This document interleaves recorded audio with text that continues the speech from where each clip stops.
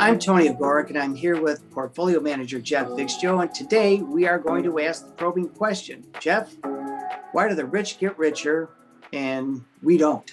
Jeff, I think Somerset Maugham said it best when he said that the rich are different than you and me. And the rich, what we're talking about is people who are billionaires.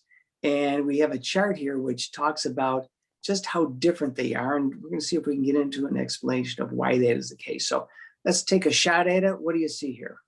The chart looks at the top 25 wealthiest Americans, and it's the period of 2014 to 2018, and it looks at just the change in their wealth.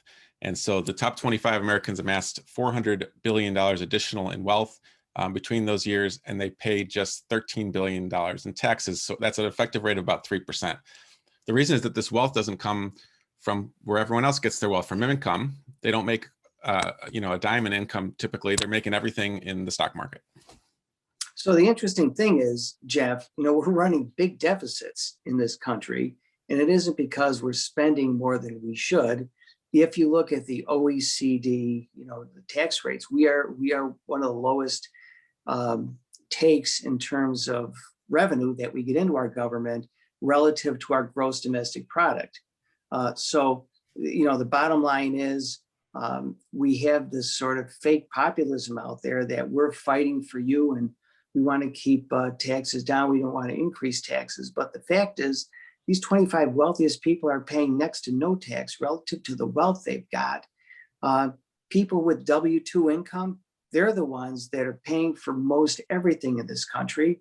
And that's why we're hearing cries for, a wealth tax, because they can say, I'm paying everything the code says I should pay.